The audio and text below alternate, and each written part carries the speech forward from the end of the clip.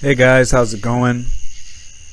Haven't posted in a while, but I'm back and I found a few creepy Reddit threads that I just wanted to read through, see what you guys think. It's a little bit strange, some of them are a little scarier than others, but let's just go through them one by one and let me know what you guys think in the comments. As always, if you could like and subscribe, really helps motivate me to make more videos. So here we go. It's the first thread. It's by a guy named Kenny C5576, and the title is, "What was she planning to do to me?" Okay, so I'm going to read the thread out to you guys now. One time I went to the bar with one of my friends. I had just turned 21, so I haven't been to much bars up to that point. My friend was drinking on the way to the bar, so he was already pretty drunk when we got there. When I sat at the bar, a cute girl came and talked to me and my friend. She said her name was Candace, and I noticed she had really, really bright red hair. I assumed she dyed it. It was pretty, but unnatural. Anyway, the girl was flirting with me and my friend. She could tell my friend was already very drunk. To be honest, I played along like I was drunk already too, since it seemed to be working for my friend. I didn't know if she was trying to get free drinks, so I told her we didn't have much money. She offered to buy us drinks, and she kept buying us drinks, and I started to get confused as to who she liked between me and my friend. My friend went to the bathroom. Before he came back, he was kicked out by the bouncers. He was too drunk. Candace and I went outside with him.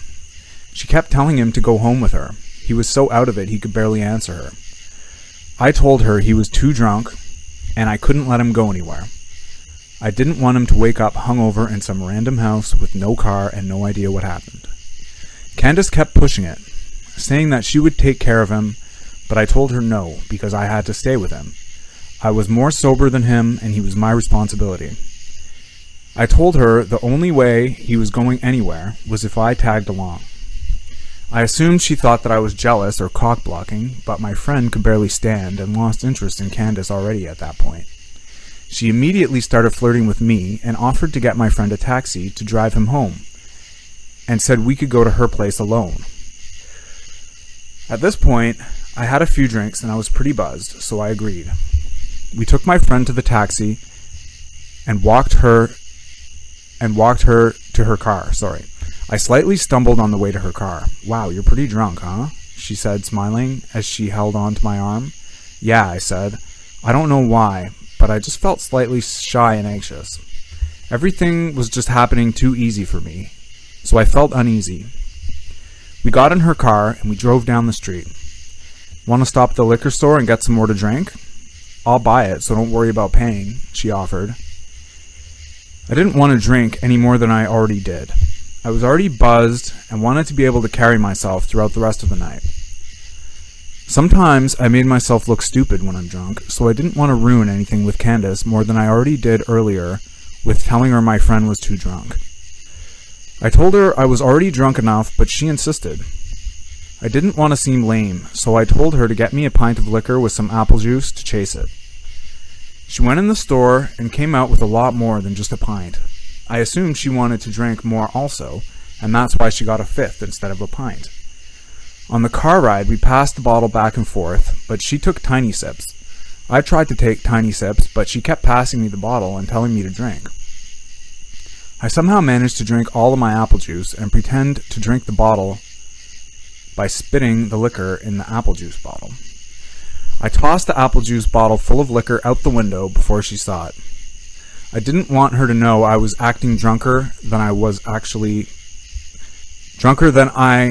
was. She actually believed I was sloppy drunk when I was simply buzzed. I took a couple more sips of liquor and finished the bottle. Throughout the car ride, I called her the wrong name a couple of times to get a reaction out of her. She didn't react to it. She just kept letting me call her Carla without correcting me. For some reason, I thought she lied to me about her name initially. We drove up to the house, and I pretended to trip and stumble into the front door. She helped me walk inside by holding me up. She opened her front door, which was unlocked. We walked into her house. She closed her front door and then locked it. I thought that was strange, but assumed she didn't want anyone walking in on us. I told her that I had to use the bathroom. I walked into her bathroom, locked the door, and looked in the mirror. I just felt strange. I felt like something was off. I felt myself becoming more drunk from finishing the bottle earlier. I turned on the sink to make noise and make myself puke up the liquor I drank. I flushed and went to the sink and started drinking the tap water out of my hands to sober up. I just didn't want to be drunk, but I still wanted to hook up with Candace, so I wanted to pretend to be drunk. I turned the sink off and I could hear her talking to someone. He's drunk as hell. He can barely stand up. You do it. Who was she talking to? And do what? I walked out of the bathroom and into the living room. The moment I stepped into the living room, I saw her walking into another room.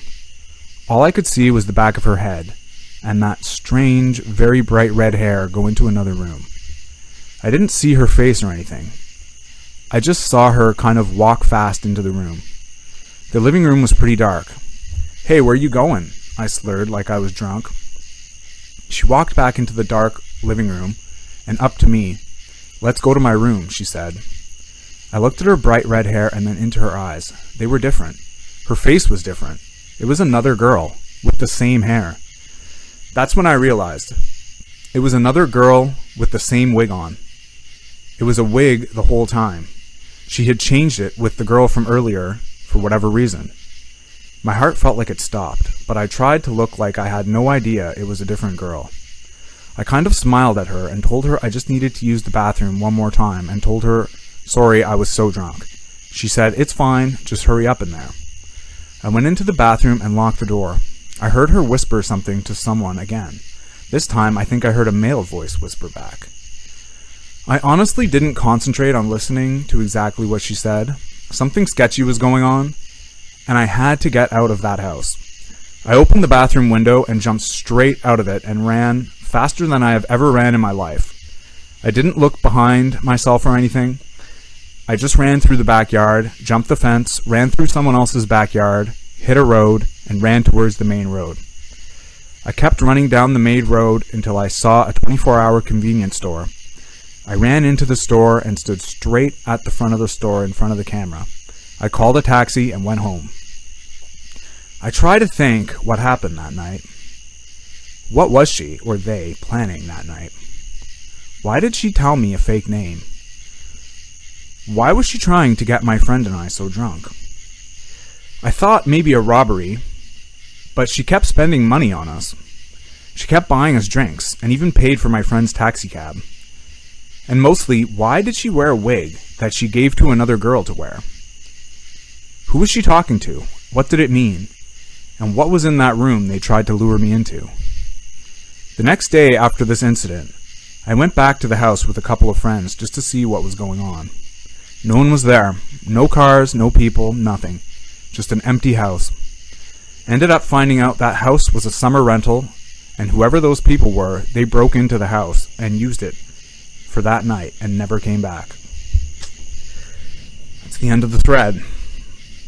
So there's some comments here. There's a lot of comments on this thread, and I don't know if I should get into them because some of them are pretty spicy. They're speculating on what these people were planning to do to this young man. It's hard to say. Some people were thinking that maybe they were organ harvesters. Others thought that it was more of a robbery, and even more spicy speculation going on in the comments that I can't get into right now. But I will post the link to this thread if you guys want to go check it out for yourself and see what you think. So that's the first story we've got. Okay, here's the second story I found. I don't want to put too many in this one video because it'll get a bit too long, so I'm just going to do two for now. So this story is titled, "Had an incredibly frightening experience last night and wanted to know if anyone here has ever had a similar encounter." And it's by Sharkser Day on Reddit.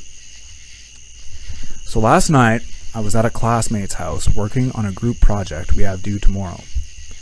I live in an apartment in the town where our university is located, and my classmate lives at his parents' house, which is in the foothills just outside of town. In order to get to the house, you have to drive along a relatively secluded and narrow 2-lane road for about 5 or 6 miles. We started working on the project at about 6 p.m., and I ended up hanging around for a while after we finished our working. So I left his house pretty late, at about 11, and started down the road back towards town. I didn't realize how tough it would be to navigate the road at night. There were no streetlights, and the road was unkept and riddled with potholes. On top of this, I had no cell service, so I had to drive very slowly to make sure I didn't blow out one of my tires, since I had used my spare a couple of weeks back. I figure I was about 3 miles from the house when I rounded a tight corner and saw a pickup truck with a camper shell parked diagonally across the road.